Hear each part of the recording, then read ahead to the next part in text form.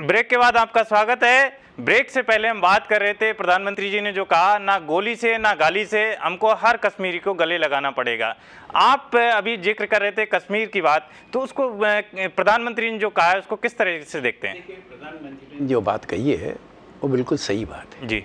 सही कदम जो है न लड़ाई से है न गोली चलाने से है। गोली चला के भी देख लिया, गोली चलाने का मुकाबला पत्थरबाजी से भी देख लिया। तो इसमें सर जो आर्टिकल 35A और 370 आर्टिकल है, उनके लिए भी किस नए नजरिए से सोचना पड़ेगा? देखिए कि 35A को और 370 को हमें देखना तो पड़ेगा, इसमें कोई शक नहीं है। और 35A जो है ये अभी सुप्रीम कोर्ट में चैलेंज भी किया गया है।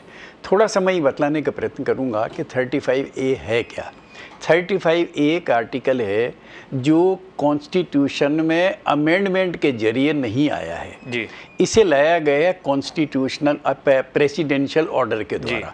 1954 में प्रेसिडेंट को जो है ये अधिकार दिया है संविधान में कि कुछ आदेश वो प्रसारित कर सकते हैं जो एक रिकमेंडेटरी नेचर के होते हैं। जी। तो एक रिकमेंडेटरी नेचर के आदेश से संविधान में आर्टिकल 35A को इंट्रोड्यूस कर दिया है, जबकि कॉन्स्टिट्यूशन का अमेंड केवल मात्र जो है आर्टिकल 368 के द्वारा ही हो सकता है, जिसके लिए बड़ी भारी प्रक्रिया है। तो कॉन्स्टिट्यूशनली अगर हम देखें तो 35A एक प्रकार से अल्ट्रा वायरस है मेरी राय में, और इस संबंध में चर्चा भी चल रही है। अब प्रश्न ये आता है कि 35A है क्या। 35A के द्वारा ये संरक्षण दिया गया है कि कश्मीर के निवासियों को वहाँ पर संपत्ति एक्वायर करने का, बेचने का उन्हीं को अधिकार है। दूसरा कोई आदमी वहाँ न संपत्ति खरीद सकता है न संपत्ति बेच सकता है। अगर ये प्रावधान हो जाता है तो भारत का हर नागरिक जो है वहाँ जाकर बच सकता है। तो ये जब इंटरैक्शन होगा तो मैं ऐसा मानता हूँ कि शायद जो है इस समस्या का बहुत बड़ा हल निकल जाएगा, क्योंकि एक छोटा सा एलिमेंट है जो वहाँ पर आज जो है इस प्रकार की घटनाएं कर रहा है।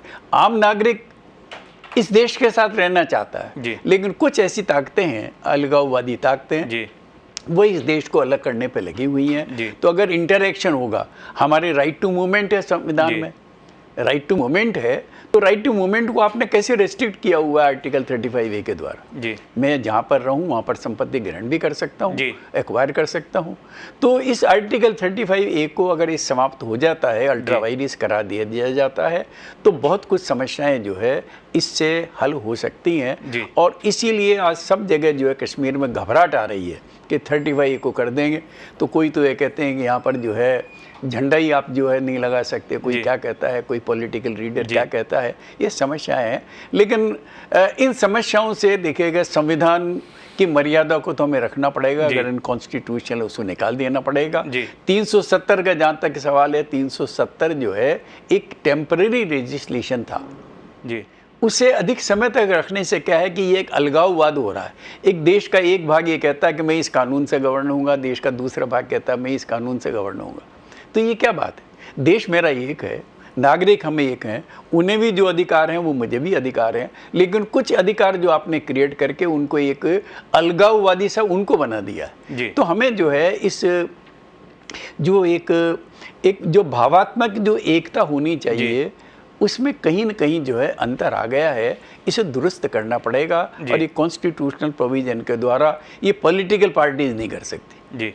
संविधान का संरक्षक करने वाला सुप्रीम कोर्ट जो है इस निर्णय को दे सकता है। अगर सुप्रीम कोर्ट ने ये निर्णय दे दिया तो मैं समझता हूँ कि हमारी सोच में परिवर्तन आएगा, पॉलिटिक्स में परिवर्तन आएगा, नेताओं के विचार में परिवर्तन आएगा, और शायद जो है हम इस देश को पूर्ण रूप से कह सकते हैं कि ये देश स्वतंत्र देश है, इसके प्रत्येक नागरिक को समान अधिकार। तनवीर जी, इसको आप क्या एक राजनीतिक मुद्दा मानते हैं, कश्मीर के मुद्दे को?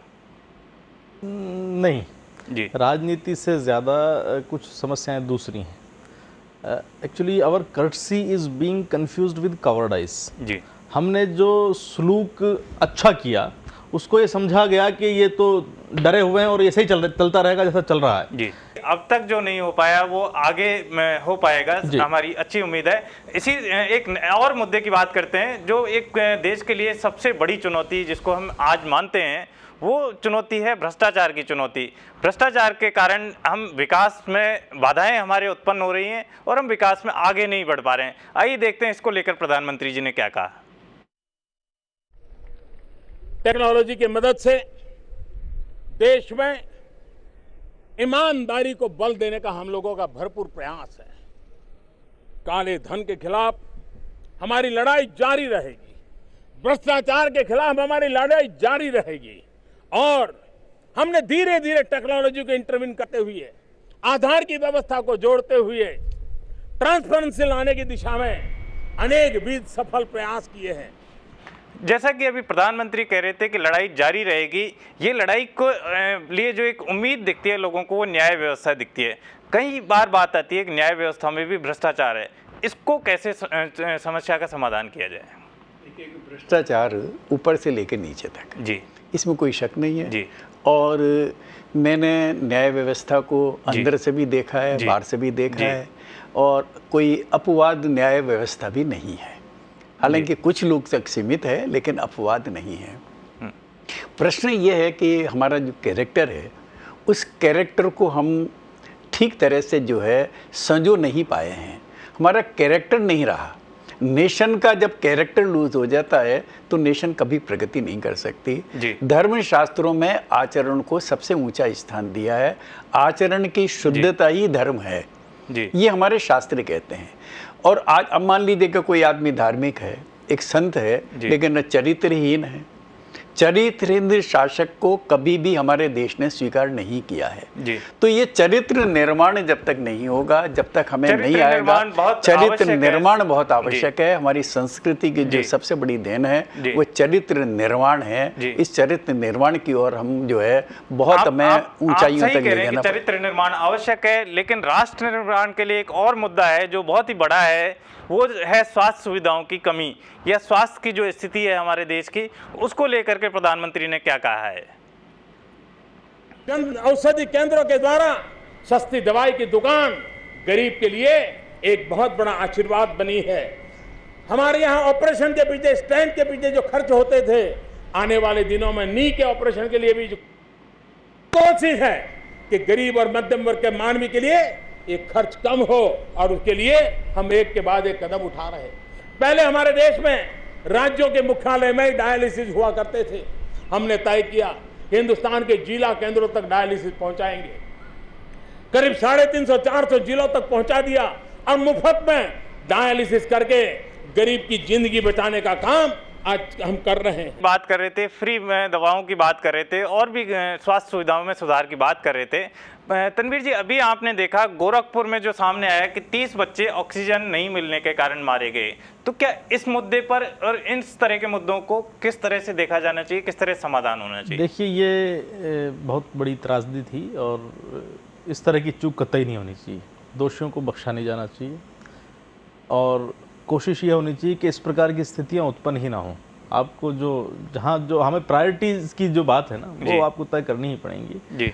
जहां जीवन संकट में आ जाए जिस कृत्य से या कृत्य से, वो तो क्षम्य है ही नहीं, वो तो माफी के लायक नहीं है, उसको अक्षम्य नहीं है। ये बात सही कह रहे हैं आप। हम एक और बात जो अभी प्रधानमंत्री जी ने कही, नया भारत बनाने की बात जो प्रधानमंत्री ने कही है, उसको लेकर के प्रधानमंत्री क्या बोल रहे हैं, ये देखते हैं। 42 से 1947 देश ने एक सामूहिक शक्ति का प्रदर्शन किया, अंग्रेजों के नाक को दम ला दिया और 5 साल के भीतर भीतर अंग्रेजों को हिंदुस्तान छोड़ करके जाना पड़ा। हमें आजादी के 75 साल के 5 साल अभी हमारे पास है।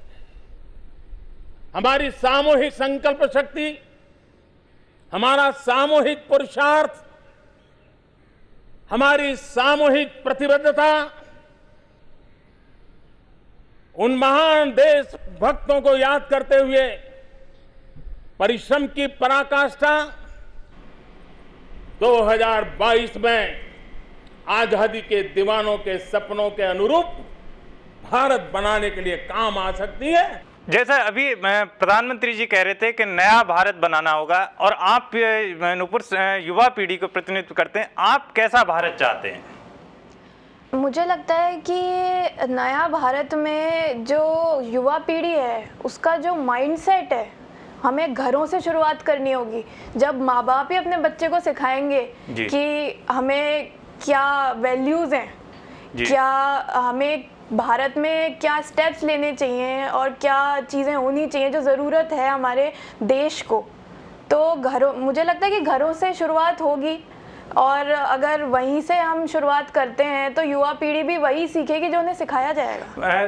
सर, जैसा ये बच्चे कह रही थी कि जो युवा पीढ़ी को घर से जो सिखाया जाएगा वही आगे उसको निर्माण में काम आएगा।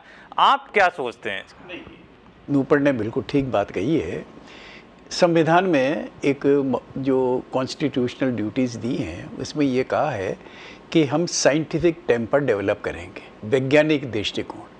ये छुआछूत, ये जो आज स्त्रियों के प्रति जो है ये डाकन है, ये सारे सोच को जब तक हम समाप्त नहीं करेंगे, जब तक जो है युवा पीढ़ी के लिए हमें एक संदेश देना पड़ेगा कि युवा पीढ़ी जो है इस परतंत्रता से निकलकर जो वैचारिक स्वतंत्रता है इसे प्राप्त करे और आगे प्रगति की ओर बढ़ने का प्रयत्न करें। जितनी और प्रगति की ओर बढ़ेंगी जब ही बढ़ेंगे जब शिक्षा का सुधार होगा, सोच में विचार आएगा, पुरानी चीज़ों को हमें आज तक इसके जो प्रश्न हैं उनको नई सोच लानी पड़ेगी, नया जब ही जो है नया भारत हम बना सकते हैं। तीनों का धन्यवाद।